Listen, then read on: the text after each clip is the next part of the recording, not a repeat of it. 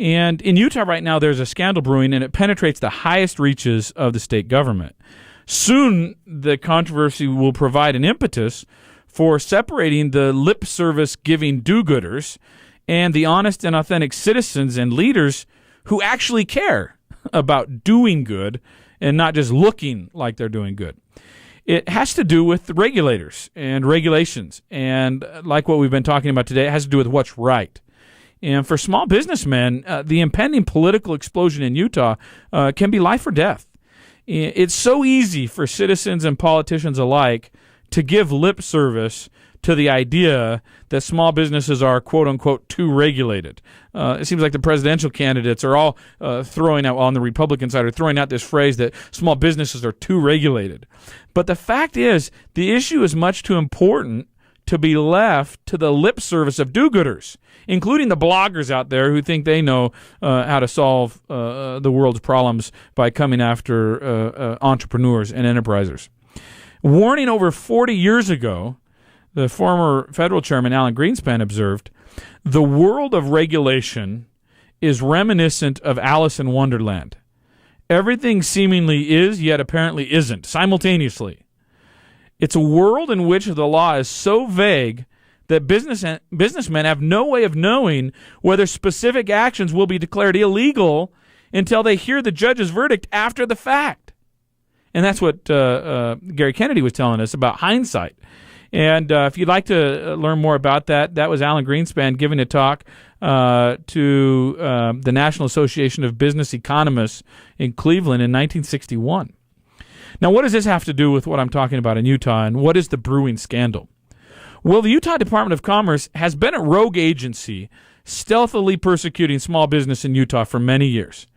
Since the appointment of Executive Director Francine Gianni by Governor Huntsman, who, by the way, is a politically ambitious McCain backer, and I think he probably has little use for the word scandal, given the important consequences if McCain were to get elected for him, the Utah Department of Commerce has behaved with increasing recklessness, hostility, and little actual concern for small business owners for some time.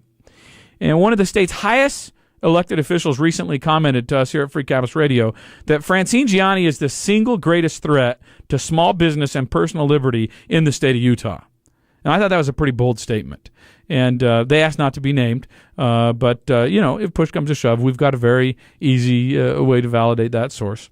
But over the last 12 to 15 months, Ms. Gianni's commissars in the state's Division of Securities have been working to increase Ms. Gianni's future prospects of returning to the media as a much-celebrated investigative journalist. Geraldo, watch out. Here comes Francine. Rather than fulfilling her mandate of the Department of Commerce as intended by the state legislature. Consider a few embarrassing examples of kind of the witch hunt style government Ms. Gianni advocates through her henchmen. First, consider wrongful accusations of criminal behavior. The Division of Securities publicly accuses people of wrongdoing all the time without any rational basis or due process.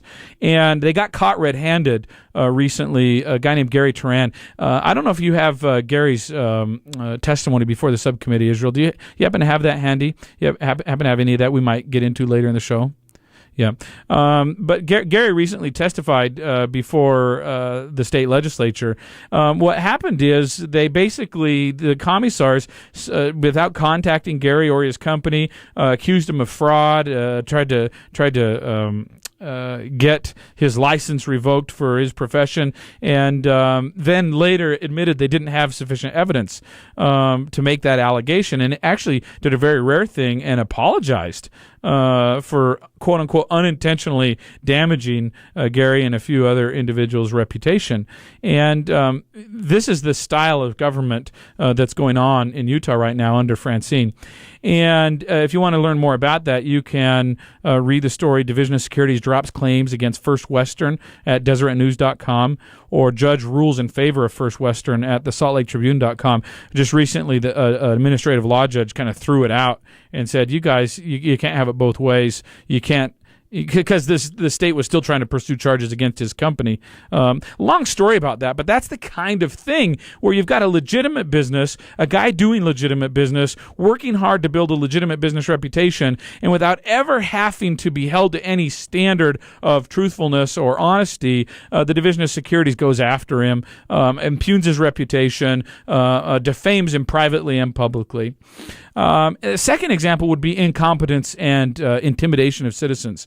The Division of Securities was recently also caught red-handed by a private citizen who was working for aggrieved small business owners when division employees engaged in official conduct were teaching people, small business owners, how to comply with securities laws. And to make a long story short, you had Gary Bowen, who works in corporate finance in the Division of Securities, who taught business owners that there were certain exemptions from securities registration that didn't require any notice filings to the state and that were self-executing. And yet, as soon as that was verified that Mr. Bowen was teaching that, which, by the way, according to our legal counsel, is accurate, that there are many exemptions for people who are selling certain types of securities in the state of Utah, and many of those exemptions are self-executing. Mike Hines doesn't like that because it complicates his job. And so to the very same group of businessmen, we got Mike Hines on tape saying anyone who sells unregistered securities in Utah is committing a felony. He doesn't bother to go into the actual accuracy of the law that says anyone who sells unregistered securities that are not otherwise exempt from registration or who does so by violating the anti-fraud provisions of securities regulations. Details like that get in the commissar's way. And so that kind of behavior is precisely what Ronald Reagan warned about in 1964 that I quoted earlier in the show. If you want to learn a little bit more about that, Ronald Reagan's talk, A Time for Choosing, given October 27, 1964, talks about how he actually quoted Lowell Mason, who was former antitrust law enforcer, who said American business is being harassed, bled, and even blackjacked under a preposterous, crazy quilt system of laws. And Reagan goes on to say there's so many laws that the government can literally find some charge to bring against any concern it chooses to prosecute.